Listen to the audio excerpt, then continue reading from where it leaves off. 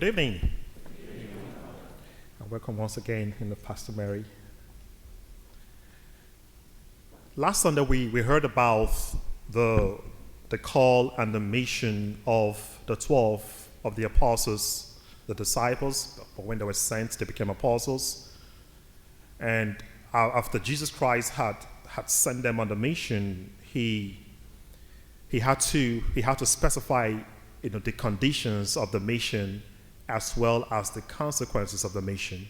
If I want to read the Gospel of Matthew, we realize that Matthew presents to us 5 discourses. Number 1, the discourse on the Sermon on the Mount.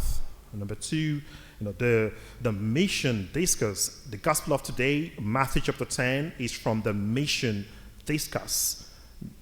Matthew talks about the parable discourse, the church order discourse, and the eschatological discourse.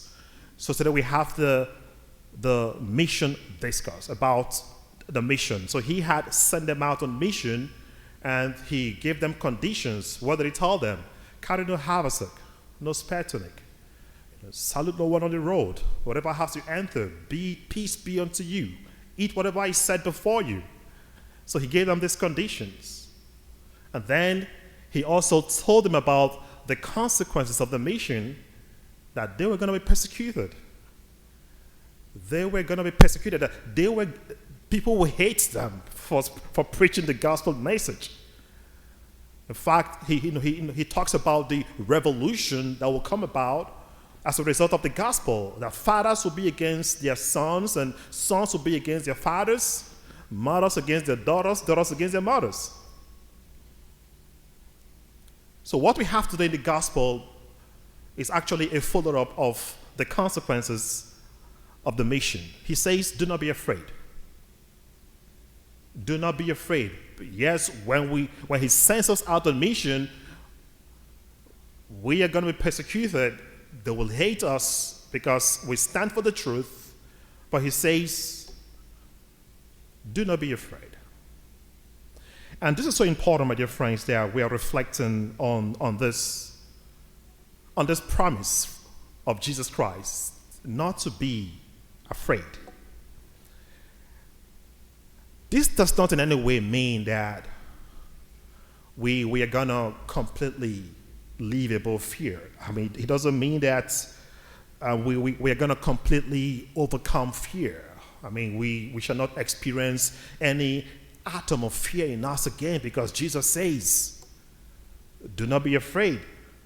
I mean, I come from Nigeria, and I have lost count of the number of priests that have been killed in my country by extremists, by terrorists. So when I read this gospel and Jesus says, do not be afraid, I'm wondering, let's be realistic. When priests are being killed and kidnapped, and churches are being burned, and Christians are being killed, what becomes the consequence of that? It is fear. It is to instill fear that people may not even go to church anymore. People may not have the courage to go to church. So it is real. Fear is real. It is real. So, but when Jesus says, do not be afraid, what does it mean? We are going to be afraid of the unknown. We definitely could be afraid of the unknown. We could be afraid of insecurity. We could be afraid of evil in our society, definitely. But when he says, do not be afraid, what does it mean? This is what it means. That even in our fears, that he'll be right there with us. He will be right there with us, even in our fears. And we have to realize this, that it is more of our connection with Jesus. That is what enables us to overcome fear. That we have a relationship with him, that we are connected to him. And when we reflect on this gospel, we'll realize this, my dear friends, that fear is not the most powerful emotion. It is not. Fear is not the most powerful emotion. What is the most powerful emotion? Love.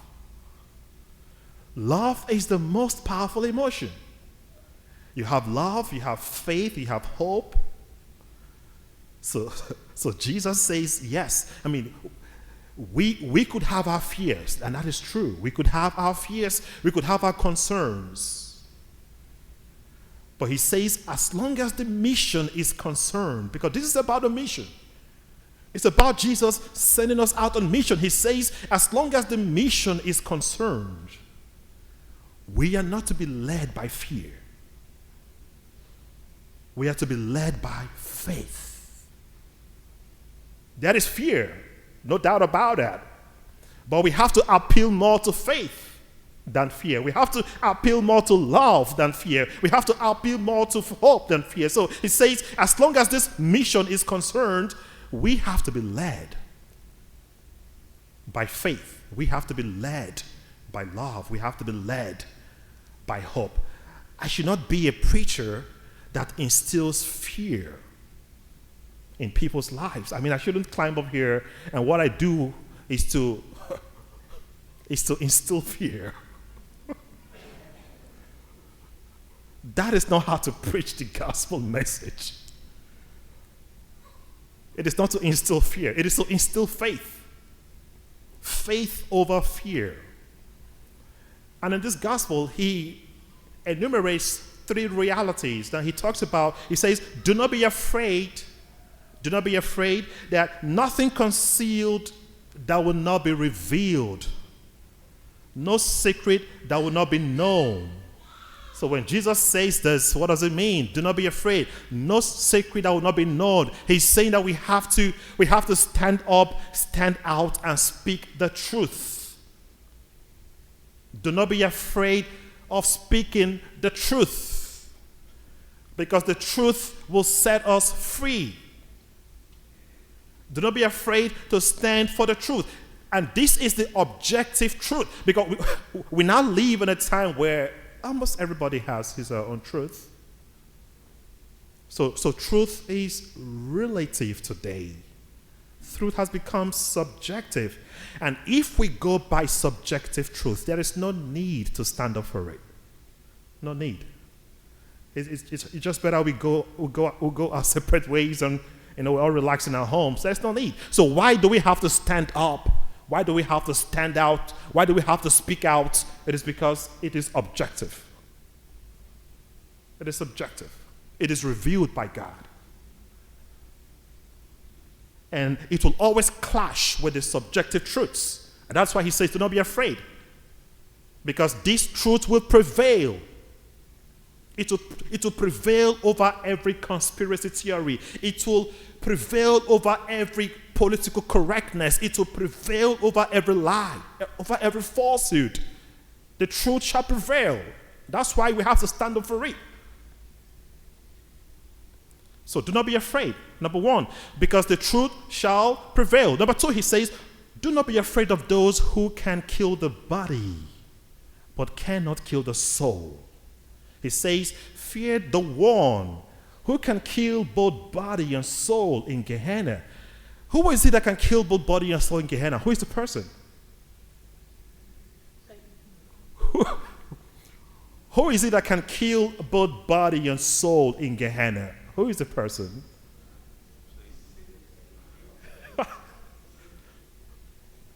Yeah. If this were to be Satan, Jesus wouldn't have asked us to be afraid of him. Because Jesus wouldn't ask us to be afraid of Satan. We need faith to overcome Satan. We don't need fear to overcome Satan. So when he says, be afraid of the one who can kill both body and soul in Gehenna, it is God. You know why? Because God has the power to save, and he has the power to condemn. It is God. And what do we call this in our catechism? We call it the fear of the Lord. It is one of the gifts of the Holy Spirit, the fear of the Lord. And the fear of the Lord simply means the fear of losing God. That's what it means. It is not to present God as one terrifying image. It is actually the fear of losing God. It is the love of God. It is reverence for God, respect for God. It is the fear of losing Him. That's the fear of the Lord. It is that fear of experiencing eternal separation from God. That is it. So he says, do not be afraid of those who can only kill the body, but cannot kill the soul. And this is so important, because this is what assists us, my dear friends, in preaching the truth. Because when Jesus says that we should not be afraid of those who can only kill the body but cannot kill the soul, he is saying this, that we should not be afraid of people, because no human being will have the final say about my eternal destination. That's what he means. No human person has the final say about my eternal destination. Who has the final say? God. God has the final say about my eternal destination. And my eternal destination is the destination of my soul. Why? Because this flesh will be corrupted. This flesh will decay. It will pass away. But the soul remains. It is that immortal aspect of our human person. It lives forever. So he says we should rather fear the one who can kill both body and soul in Gehenna. And that is why, my dear friends, to see that people look at the lives of the martyrs. Just look at how they live their life. And many of them were ready to die for the sake of the gospel because they believed in the immortality of the soul.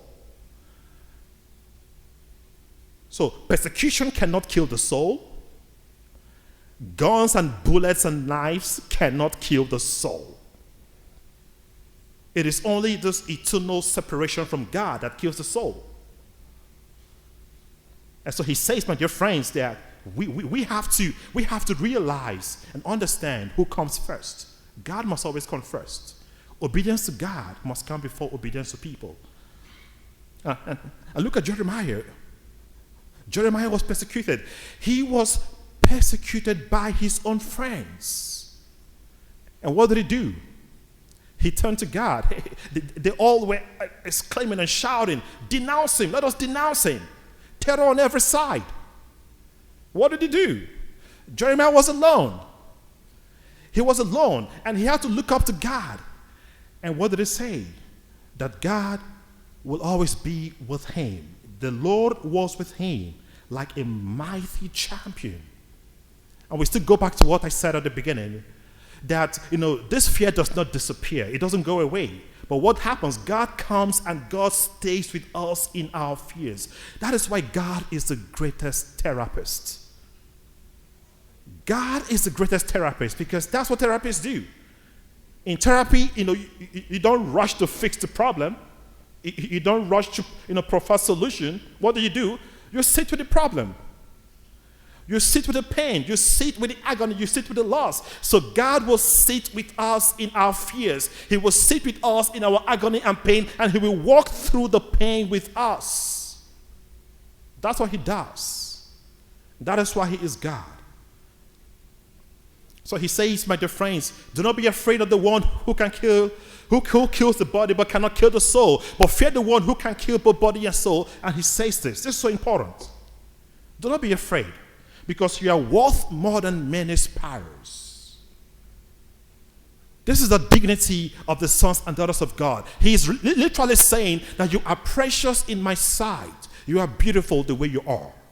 That's what he's saying. You have dignity, you have honor, you are my image, you are my likeness. I love you the way you are. So there are three things we are not to be afraid of. Number one, do not be afraid to speak the truth. And do not compromise the truth because of people. Number two, do not be afraid of people, because they can only kill the body, they cannot kill the soul. And number three, do not be afraid of yourself. Do not be afraid of yourself. So do not be afraid to change. Do not be afraid of repentance. Do not be afraid of conversion. Do not be afraid of transformation. Do not be afraid, of letting go, to let go. Do not be afraid to give your life to Christ. Because guess what? The best life to live is life in Jesus.